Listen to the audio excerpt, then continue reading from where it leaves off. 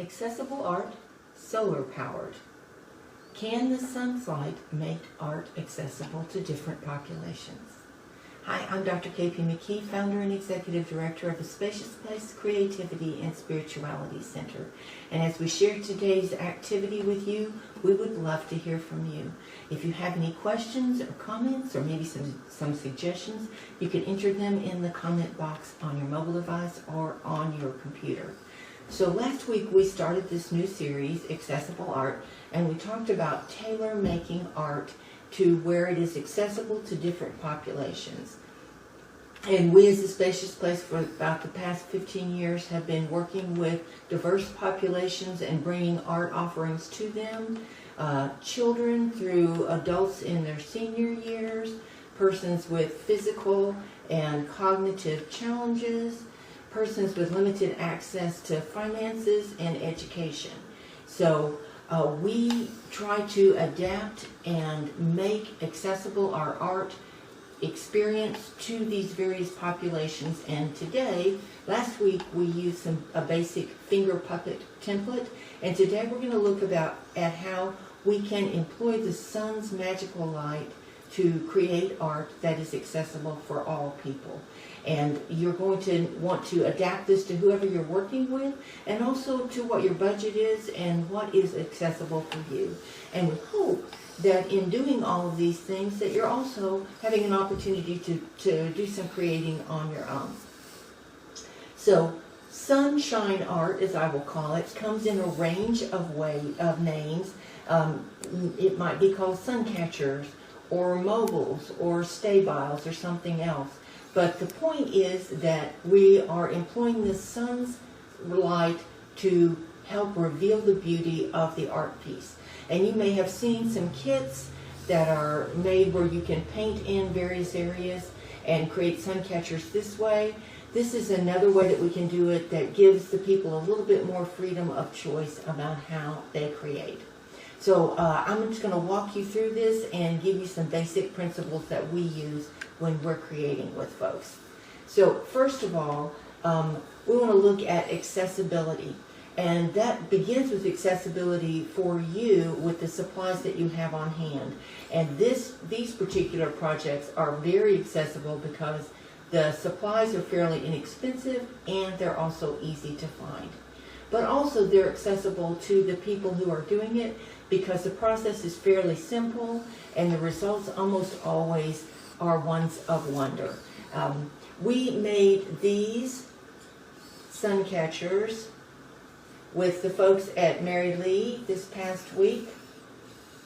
And after they got theirs done, we hung them in the window, and everyone would stop and look and go, wow, that's pretty.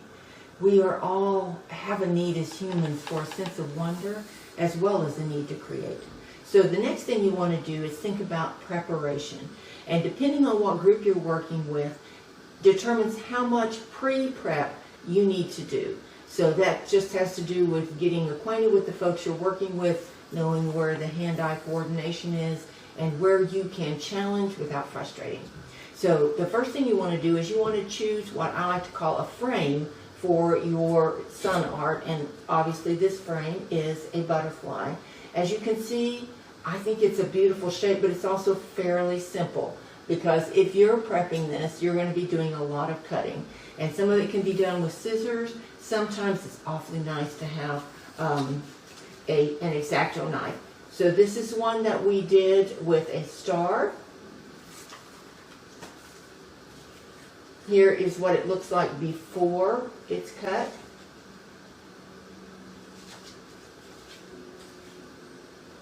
Here is one that is a leaf, and we used just fall colors with this. And as you can see, we did an added dimension here with a leaf that we also colored with oil pastels.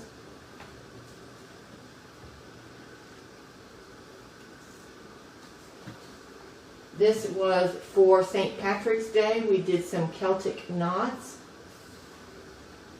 And then we finished them off with some colors from the Irish flag.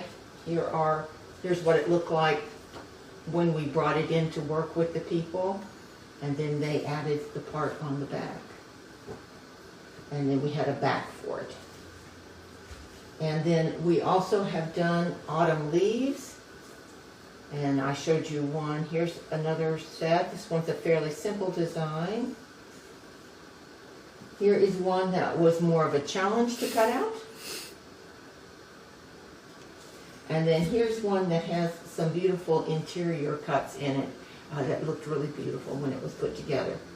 So I like to use a sturdy paper. You want to, if you're going to use construction paper, check the brand because some of them are pretty flimsy, and we found out the hard way that does not last real well. I'm a fan of cardstock for this, and black is great. It always really makes the colors pop, but whatever color you find seasonal. You can go with people's interest. You can go with the seasonal theme. You have a lot of options with this. So the next thing that you want to prep is you're going to need to have some wax paper, which is really inexpensive and available anywhere. And you want it to be larger than whatever you're doing all the way around to the, so that there's room all around it. Because it needs to be, it's going to be completely filled with color. So you want to cut that to size, or if your folks can do it themselves, they can cut it to size. Next you want to do tissue paper. And these are going to be cut into squares that are manageable for the size that your folks can pick up with some ease. And it is a little bit challenging because they're small, so sometimes we like to just take them and put them out on the table so that they can pick them up that way. And I love to provide a range of colors, but like with fall, you want to go with autumn colors, and just think about the season and what you're going with that. And then you're going to provide them some glue. The most basic way to do that is with a glue stick, and I will show you how that works. If you want it to be more translucent and your folks are capable of doing it this way, this is simply watered down glue, and then you just brush it on and stick the pieces of tissue paper on top of the wax paper, and then brush again over the top. But this will not work to put the whole thing together. You'll need the glue stick for that. Then you're going to need a hole punch to, if it's going to be a mobile that hangs or a sun catcher that hangs, you want to punch a hole. If you have a hole punch that has a smaller hole that it can cut, that works well, because what you want to do is this needs to fit so that you can make it on a folded sheet of whatever paper you have, as you can see like here. And like here. So that's going to affect the size that you can do.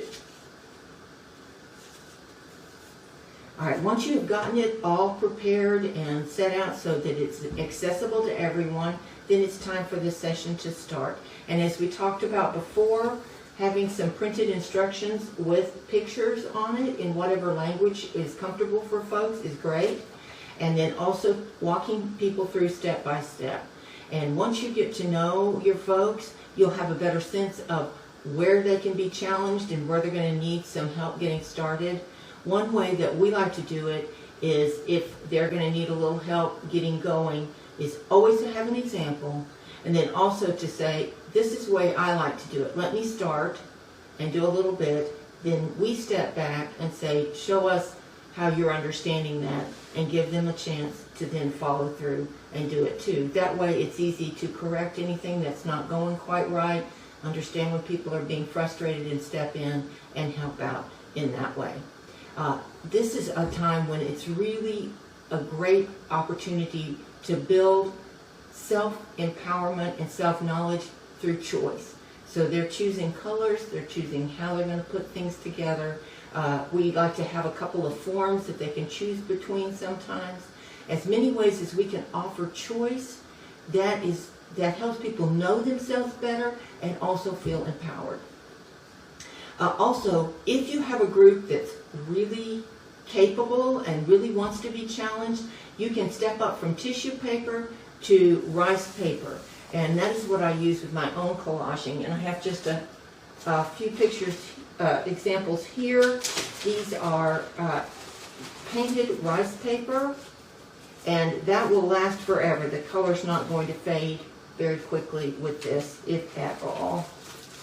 And the way that we do that is we just get the entire rice paper, which you can order online. It's usually calligraphy that is from like Chinese letters and that sort of thing is where you can find it sold. You want to get the entire sheet of rice paper wet, then paint it with acrylics, whatever paint you have available. Acrylics is the best. Watercolor is going to bleed a little bit more. If you want something like that, you can do it.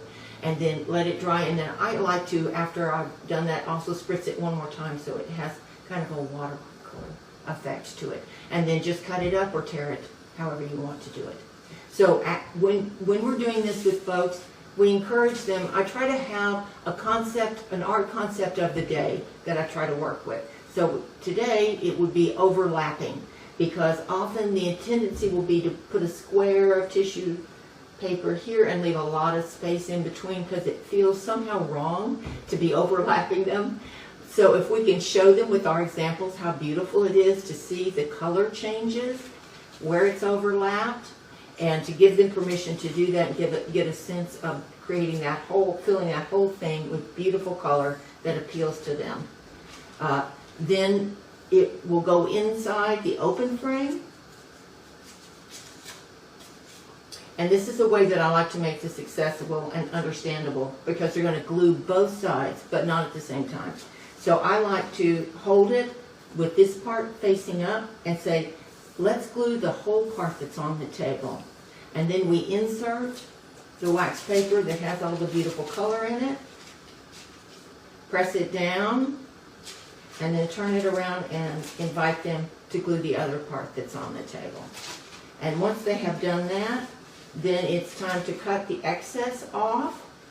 And if you have punched a hole in early, you want to make sure that you have avoided that. Or you can just bring it with you, and folks who are able to do their own hole punching could do it at that point in time. Then we're looking at, that's only needed if we're doing sun catchers or if we're doing mobiles. So with that, you want fishing line and then some kind of hanger. So I just wanted to show you a simple hanger can be, you can tie on a paper clip. I lost my word. And then you just want to open it up. I have one that's already done here, so I don't have to do this one too. So you just open it up and it will fit in the tiles of a ceiling or maybe on a hook in your window. And then also, these are fairly inexpensive. These were donated to us. But if you have suction cups, then they stick directly on the window. And that's the way we hung our beautiful butterflies. If they start to slip, you can put just a little bit of moisture there, a little water, and that will help it to stick. So the last thing, now that we've looked at accessibility, preparation, and building up from the basics, is support. With our folks, almost always someone will say, am I doing it right? Do you like what I'm doing? And we like to reflect that back on them and let them be the captain of their own souls and say, how do you feel about it? How are you pleased with how it's going? Maybe take it, get permission to take it from them and hold it up and say, what do you think about it? And then also to just assure them that if they are doing work that they're enjoying, we are happy with that too. But having other people tell us if our art matters or not, we will always be on an emotional roller coaster. So we try to let that be with their own soul. And we can affirm with things like, I see that you are using a lot of blue today, or I can tell that you are really challenging yourself with that, and that kind of affirmation. So creating using the sun's magical light makes art both accessible and wondrous to the people who are creating. So if you have found today's offerings helpful, we hope you will like it on Facebook. Also, please feel free to share it with anybody. You can rewatch on Facebook, on YouTube, or on our website, www.aspaciousplace.com. And we will be back on August the 15th with another project that we will make accessible to various populations who we serve, and hopefully ones that will help you with your work too. So let's close with prayer. Thank you, God, for sunlight that reveals the beauty all around us and the light within our own souls. Amen.